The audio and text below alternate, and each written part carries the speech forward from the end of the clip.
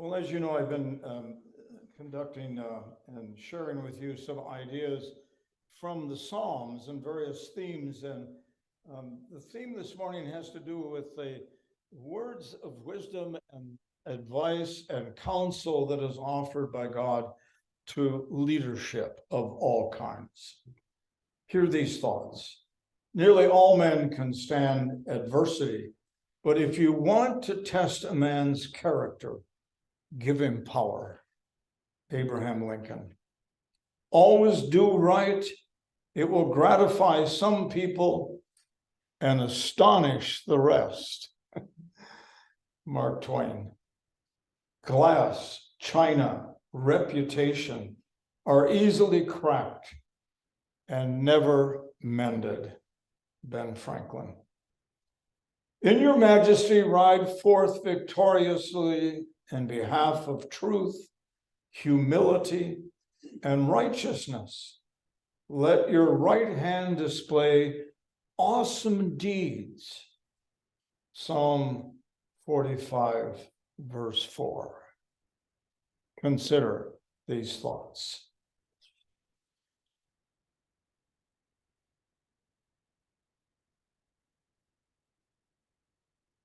Pastor Erb's words are so meaningful for me because I had Legionnaire's disease, and a number of you have come up to me and said they were praying for me this fall when it was kind of discovered that I had Legionnaire's, kind of a rare thing. So it was not diagnosed for a number of weeks, and so I want to thank you all for your prayer. God is faithful. He saved us.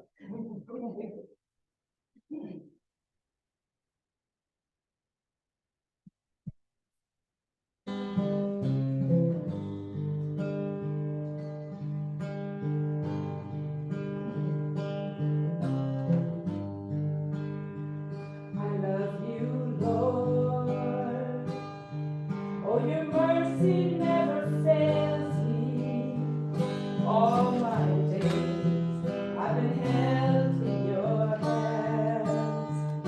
The moment that I wake up till I lay my head, I will sing of the goodness of God. All my life you have been faithful. All my life you have been so, so good. With every breath that I am able, I will sing of the goodness of God. I love your voice. You have led me through the fire in darkest night. You are close like no other. I know you as a father. I know you as a friend.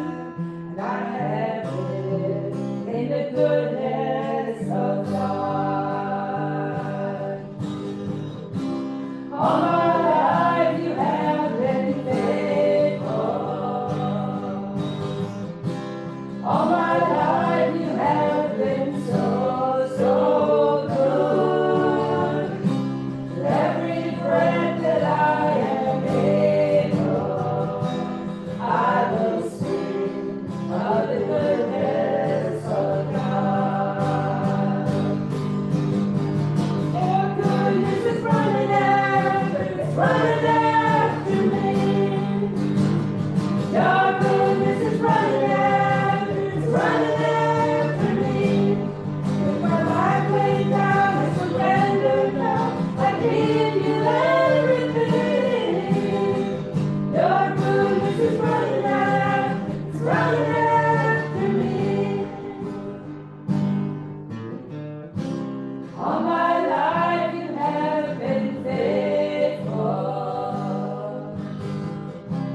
All my life you have been so, so good.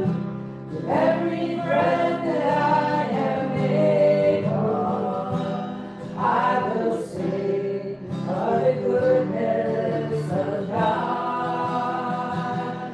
I will sing of the goodness of God. I will sing of the goodness of God.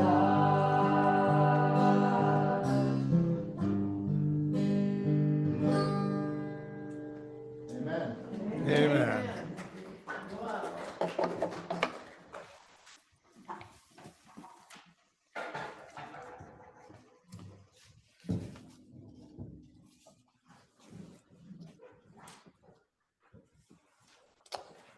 There are a number of psalms that are purported to have been written by King David. And these psalms oftentimes describe King David's struggles, his anxieties, his fears, and on occasion his doubts that God is even paying attention to him, and to mention to the people of Israel.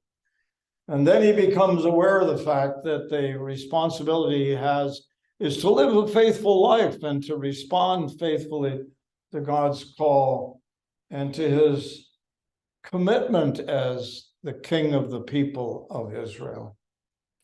This is Psalm 15, written, we are told, by King David.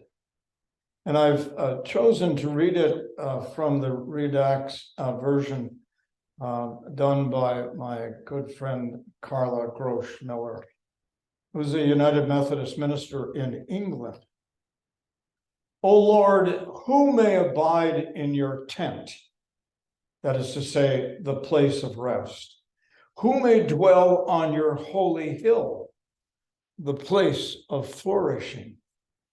Those who are awake and live in compassion and listen for truth, who do not slander with their tongue and refrain from the doing of evil, in whose eyes the wonder of creation and the strength of living is ever present, in whose heart there is room for the weak and the strong, for joy and for sorrow, who walk with integrity, standing by their oath, even to their detriment, who do not lend money for gain, and do not seek gain from their friendships, who see you in all and all in you. Those who do these things shall live. Well, recently there was a national prayer breakfast. It was the 71st prayer breakfast to be held. And for the most part, it's been in Washington in a fairly large gathering. Over the years, there have been both local, as to say, politicians, as well as national, as well as international presenters at the prayer breakfast. Among them was Mother Teresa in 1994. Bono spoke in 2006. Arthur Brooks, the author of Love Your Enemies, spoke in 2020.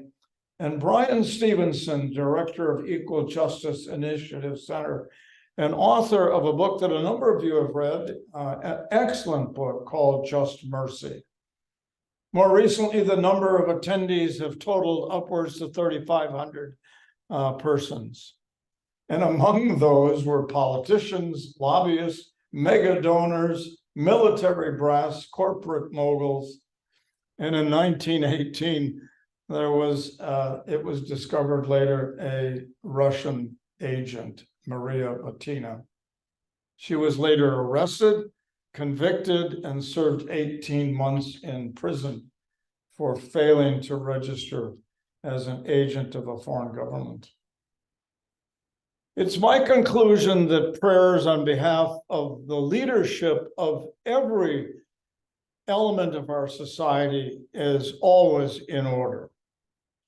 Prayers that come from followers of Jesus, prayers that come from Muslims, from Buddhists, from Hindus, prayers and meditations of all faiths, and concern on the part of all people who may not be practicing a faith journey, that the people who are giving leadership will do so with integrity, which is honesty, and with a sense that they are leading people who have given them that responsibility and, in a sense, that privilege, and trust that indeed God will bless them and will guide them and will assist them, that they will offer that leadership with a high level of responsibility.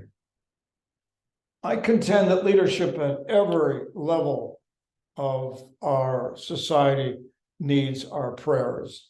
As you may recall, at the beginning of the pandemic, we ordered some posters that ended up some signs that said, pray for our schools. Because in that crisis of the pandemic and the difficulty teachers were having teaching children online, as well as those who were able to come to school, we wanted to make sure that the community knew that this congregation was offering prayers on behalf of our students, on behalf of custodians, administrators, and teachers, school board members, and anyone responsible for the ongoing education of our children. Leadership, it seems to me, needs prayers. That includes scout leaders, church school teachers, school administrators, therapists, nonprofit treasurers, department heads, pastors, state senators, military generals, and presidents and leaders of every nation.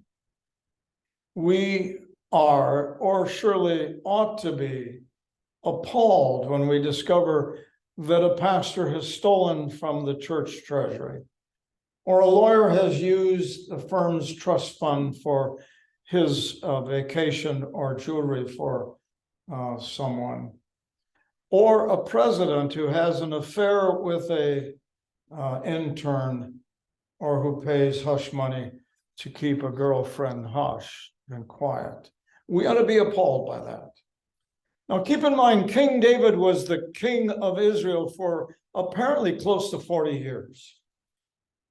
He was king by ordination of the people of Israel and of God. The belief in the Old Testament was that God chose David to be king of Israel. Now, you know, of course, if you've spent any time in the Bible studying in those books of recording the history of Israel, you'll know that King David was human and he had fallacies indeed. He was able to lead with great faith and great responsibility, and at the same time was flawed. You should know that he had 8 wives. He had sired 18 children. You should know that he was the last born of 4 sons to Jesse and Jesse's wife, and indeed was basically a sheep herder. A pretty humble job, by the way. He was humble until he threw a stone with his slingshot and destroyed the Philistine giant Goliath. From there on, like a meteor, his career excelled and rose. He became an incredibly powerful and creative and victorious general of the Israeli army. Although there were times, I must say, when I read the stories about his victories, he was a bit ruthless and not very kind to those who were his prisoners. As a way of understanding that this human King David needed God's prayers and presence and the prayers of his people, you will recall that they were at battle against the Philistines and the Amalekites. And they were at battle, and one of his most trusted and beloved generals, Uriah, was leading an army in a charge in a battle against the enemy. That evening, apparently, King David was out because it was warm, airing himself on the upper level of his palace, and saw Bathsheba bathing. The lust in his body grew intense, and he decided, this is someone I want. They had an affair. Bathsheba became pregnant, And as a result, King David had to figure out what to do about that. He called Uriah back in hopes that he would come home and be with his wife, and therefore he could make excuses for and explanations for the pregnancy of Bathsheba. But Uriah, who was faithful to his king, camped out on the doorsteps of the palace and said, while our soldiers are dying for us, and we are called by our Lord to be faithful, I will be faithful to you. Uriah was sent back to battle, and orders were sent to those who were second in charge that when they were in the most intense battle, they were to pull back and leave Uriah exposed, and the enemy killed him. Bathsheba became King David's last wife. Nathan, who was a prophet, we hardly know anything about him, but he was a prophet of great courage and great wisdom, and understood as he learned about the situation that it was his obligation to call out the king for his illicit and immoral and sinful behavior. Nathan, as you may remember, told this incredible story of a man who had an important person come to his home, wanted to provide him with the very best meal, and he decided he would take a small lamb, the only lamb that this man had, and took it from him and provided it for his guests. Nathan told the story to the king, and the king said, "Who is that man? Bring him to me. He shall be condemned." And Nathan spoke truth to power. It is you.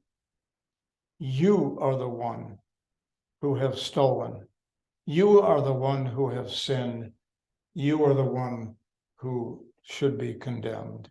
And then Nathan goes on to point out that God had provided him with great power, great influence, great success, that God had been with him all this time, that there had never been any doubt about his presence in his life and in his leadership. So how could he do that? To the king's good sense and to his awareness that God was a God of forgiveness, he confessed his sin and spent a very long time in sackcloth. And by the way, sackcloth was made out of camel hair, which is very raw and rough. And when you wear it for any length of time, I'm told, you end up with a terrible rash. King David wanted to suffer for his sin, and he confessed and he prayed God that he might be forgiven. Now, we are told that 74 of the 150 Psalms were written by King David. And they have his authorship written in all of the Bible interpretations and publications over the years. 74 of them. And they record his anxiety over God's presence. They record his concern about whether God is with them or not with them. They also record his belief in a God who will be present with them, even in defeat and in loss of life, that this God would be there always. I chose the 15th Psalm because it identifies some of the characteristics of the presence of God in the lives of those who are leaders, who indeed need to practice these characteristics and these principles. Let me share them again. So if you want to live, says King David, in God's tent or a place of rest, if you want to be at God's holy hill, which is a place of flourishing, then you need to be awake and live in compassion. You need to listen to truth. You need not to slander with your tongue and to refrain from doing evil. Now, even though King David did do evil, and even though he did not have compassion toward his general and to the sanctity of his marriage, he indeed understood that. Perhaps that experience led him to understand more fully what was obligated of a leader, what was expected of a leader, what was right to be part of one's leadership. If you're a leader, it could be said, your eyes wonder at creation and wonder about strife, the struggles, the joy of creation, yes, celebrate that, but also recognize that there are struggles in life and be aware of them. Be sensitive to those who are struggling. And to always be able to have room for the weak and not just the strong. To have room for those who celebrate joyfully and those who are present in their sorrow. And finally, those of you who are going to be leaders need to walk with integrity. Integrity. I don't care if you're the Sunday school teacher or the choir director, or if you're the treasurer of the church, or if you are the minister or the priest or the rabbi of your parish. You're being asked to live with integrity, and that you need to stand by your oath. And by the way, that goes for marriage as well. The oath of marriage, I shall love you till death do us part. For better, for worse, good times and bad. The oath that is taken by everyone who is asked to be a leader is to be faithful, to be loyal, and to honor that oath, even at your detriment. Can you imagine Nathan if he had said, man, I can't talk to David, he's the king, he'll just destroy me in a minute. And Nathan said to himself, I'm sure, I must do it at the risk of dying. Every prophet in Israel worried about being destroyed because prophets were killed. And it was Jesus and Paul and others who pointed out that indeed it was necessary to stand by your commitment to God, your oath to be faithful, regardless of the possibilities of the loss of popularity, the loss of your job, the loss of your life, at your own detriment. Do not seek gain from friendships or the club that you belong to. You belong to that group because it has benefit to the community, not because it'll bring you business. And you see yourself in all, and all in you. Those who do these things shall live. The life of joy, the life of peace, the life of hope, the life of the gift of eternity which is offered to us from God comes by that faithful and loyal response to the responsibilities we have as leaders within the life of the church and within the life of our community and our families and our neighborhood. I want to thank the 15th Psalm for these lessons and for this wisdom. God bless us. Amen.